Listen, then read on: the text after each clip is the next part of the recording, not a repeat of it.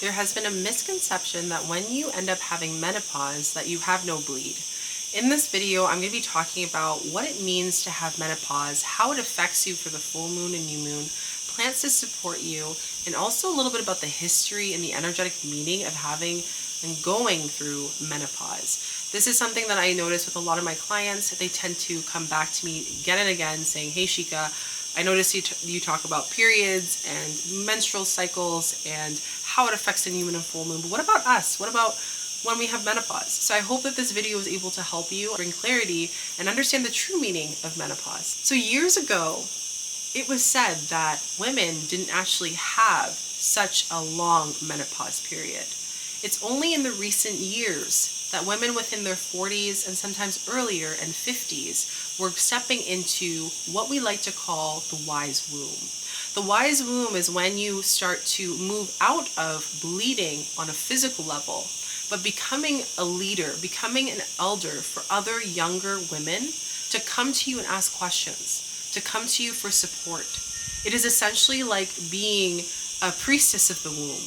It is essentially being this medicine of the womb to help others that may have questions about birthing, may have questions about menstrual pain, may have questions about various things like this. This is what we used to do back in the day, and it has been lost.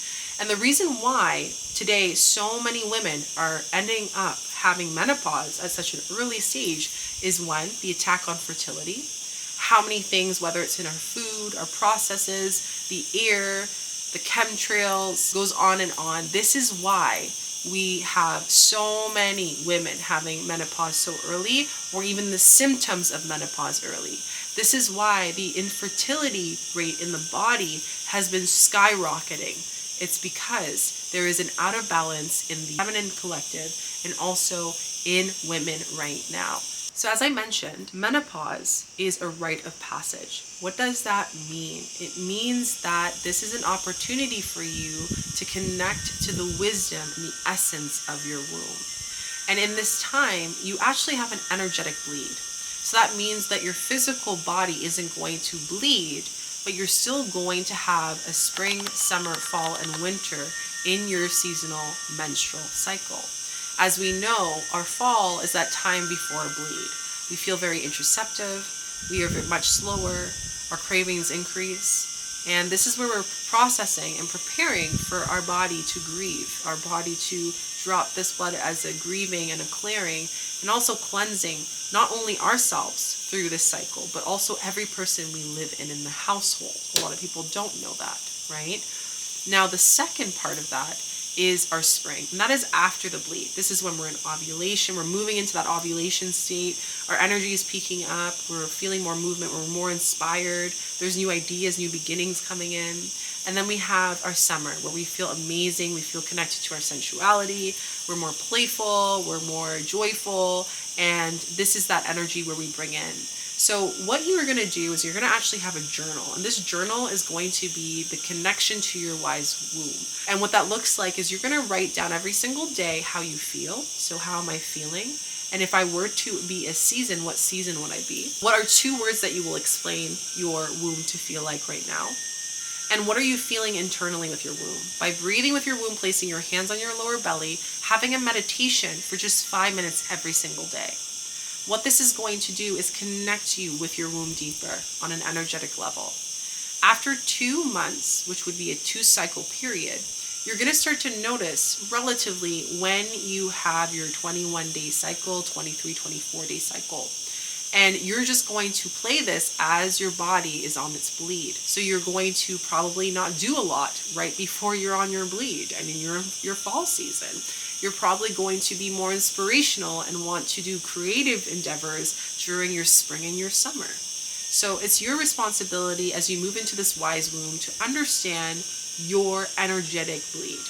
And once you do that, then you can start to connect with what moon cycle is my womb rippling at. So maybe then you can start to notice what cycle your womb starts to ripple at. So for example, if you notice that your bleed is around the full moon or new moon, then you can connect with what that means to you. Now I want to talk about the plants that are here to support you during your menopause. What are some plants and allies that are very supportive to help you not only with your menopause in the process, but also for those of you that are in pre-menopause to help and support you and support the health of your womb as well. The few plants that I really connected with, and one that is really popular, and if you have a pen and paper, you might want to write this down, black cohosh. Black cohosh is a beautiful plant. It is historically known for cooling the body and for hot flashes. You can have this as a tea, some people have it as a supplement, and this can be really great before the menopause season, but also during at that beginning stage when your body is now transitioning out of a bleeding womb into an energetic wise womb. The second one is ginseng. Ginseng is an amazing plant for allowing you to rebalance your hormones and bring warmth to the body. Now you may be asking, well, I'm having hot flashes, why would this be important?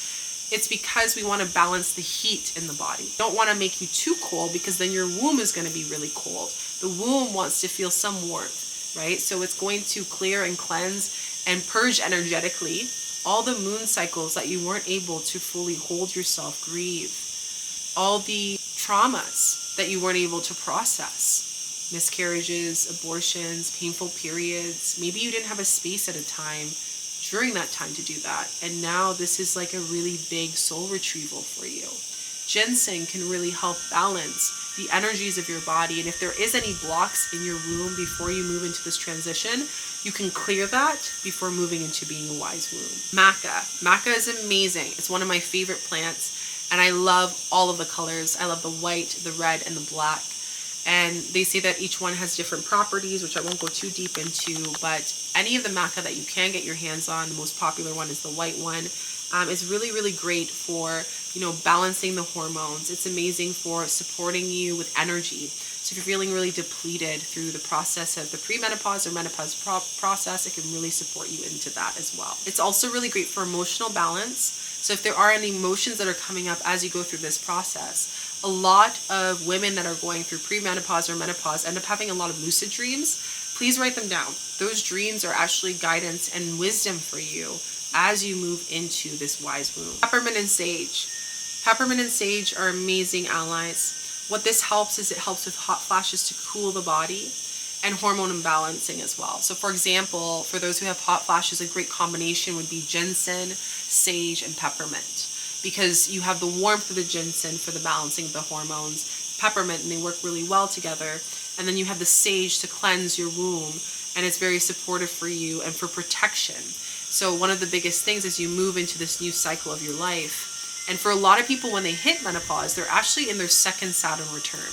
Your second Saturn return is actually when you go through a full life change. So think about what your Saturn return was in your late 20s to your 30s, early 30s. Usually people have it 28 to 35. And that includes the shadow period after and the pre-shadow period of the Saturn return.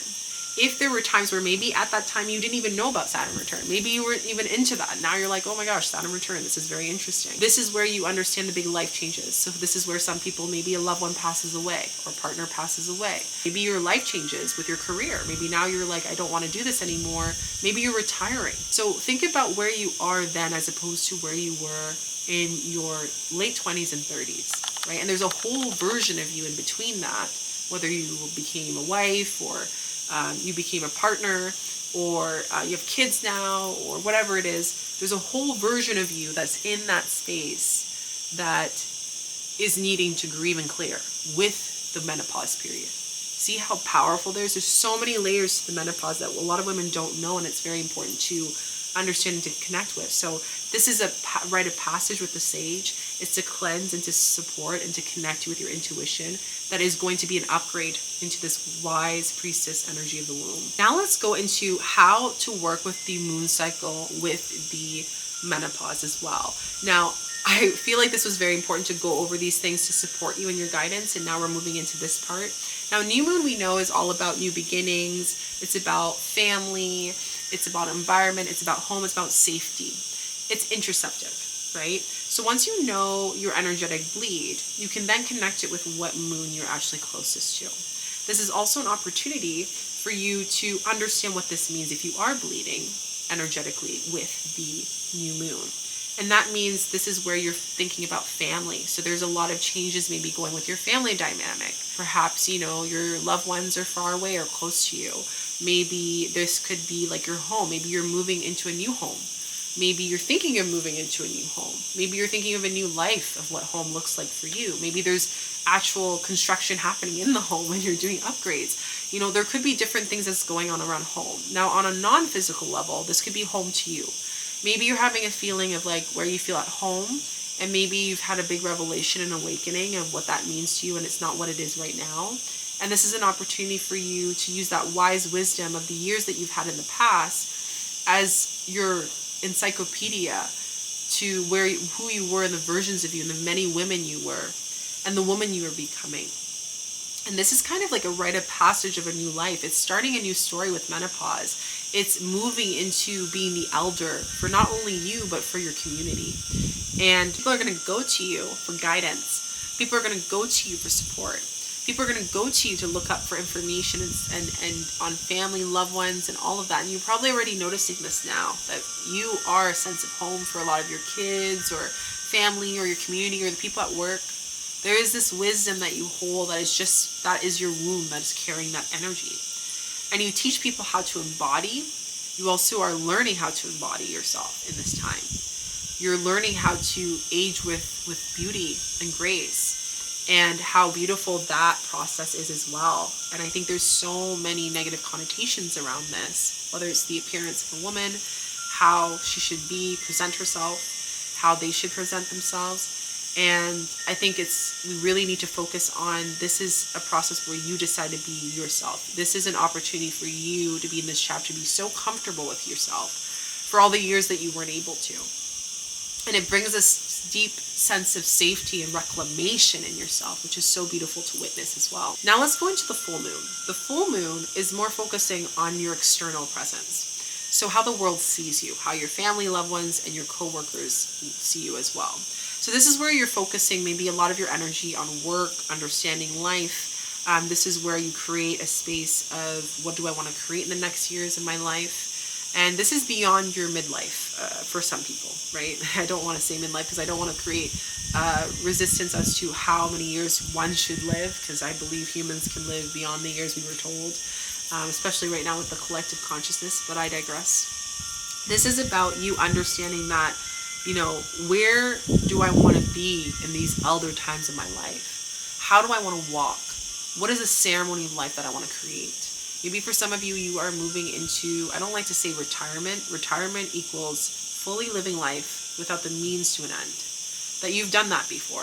That you've spent a lot of your time doing that. Now you're bringing a new, mature consciousness. That life is more than just the material stuff. And if you are in the stage of menopause where you are feeling imbalanced in life, you're going to go through maybe more physical withdrawal or physical symptoms, because you're purging the life of you running around, running away from yourself. And now you're being called to sit down and sit with how I want to present myself that feels true to me. So it's all about testing that aspect of foundation. And I know a lot of people who do start to connect with the full moon or the new moon now, or they're reconnecting with it in their years now. This is a time where their life that wasn't conscious before starts to grieve, starts to be let go.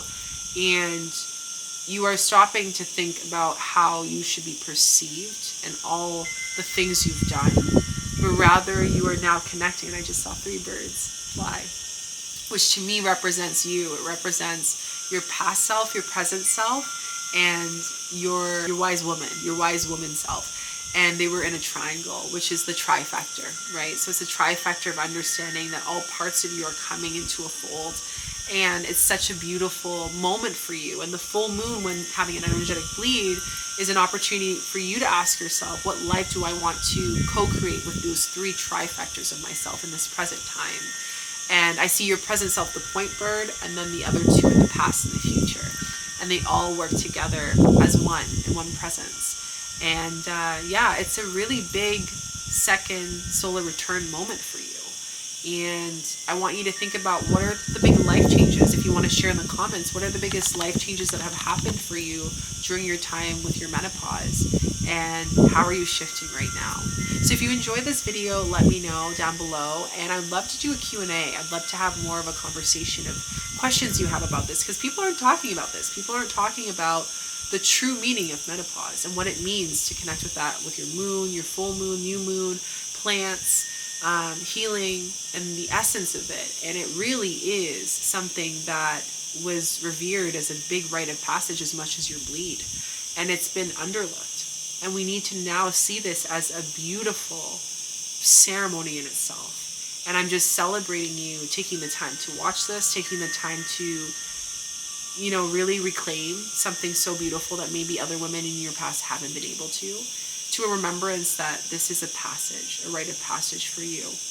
And I'm sending you so much love on this journey, guidance. And for those of you who want to learn more, want to work more with support and consultation, healings, I can support you in 2 ways. The first way is through one-on-ones. I do one-on-one healings and also consultations for support for those who would like guidance in this time of their life.